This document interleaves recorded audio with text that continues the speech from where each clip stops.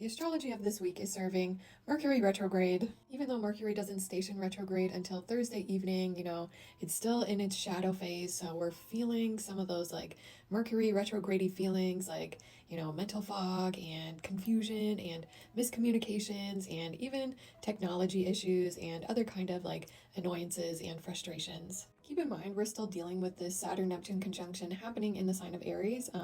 Both planets are traveling retrograde now, so it's more of like a internalized kind of energy now. And we're still kind of dealing with like easing into this Uranus and Gemini transit. And already I can tell that Uranus and Gemini has no chill.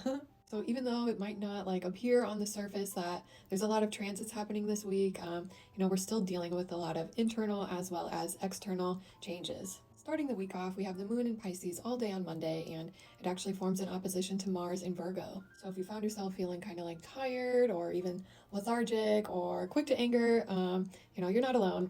Then the moon ingresses into Aries tomorrow evening on Tuesday, where it will be transiting all day on Wednesday and all day on Thursday. On Thursday is when things get interesting because that is when Mercury stations retrograde at 15 degrees of Leo. So Thursday would be one of those days to like double check all your messages and over communicate because, miscommunications are likely to happen. And I really think like technology issues are probably going to be a big issue because Uranus just moved into Gemini and it's ruled by this Mercury that's now just stationing retrograde.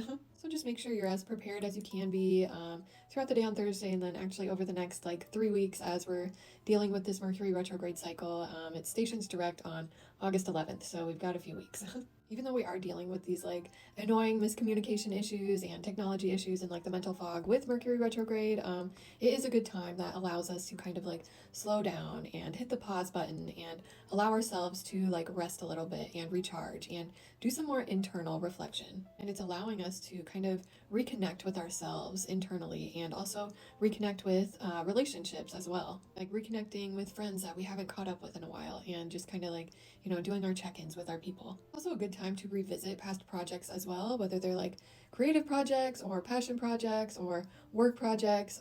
During this time, we're just kind of given a different perspective and a different point of view. And so it allows us to see things differently and kind of see things that we may have overlooked in the past. And so over the duration of this Mercury retrograde, it is a time for introspection and kind of reflecting on the past, but it's not a great time for like launching new projects or making super impulsive decisions or like super important life decisions or signing new contracts, because anything that is like launched during a Mercury retrograde usually has to be reworked later on. Then on Friday, we have Venus sextile Mercury just recently stationed retrograde, making it a good time to reflect on all things Venusian. So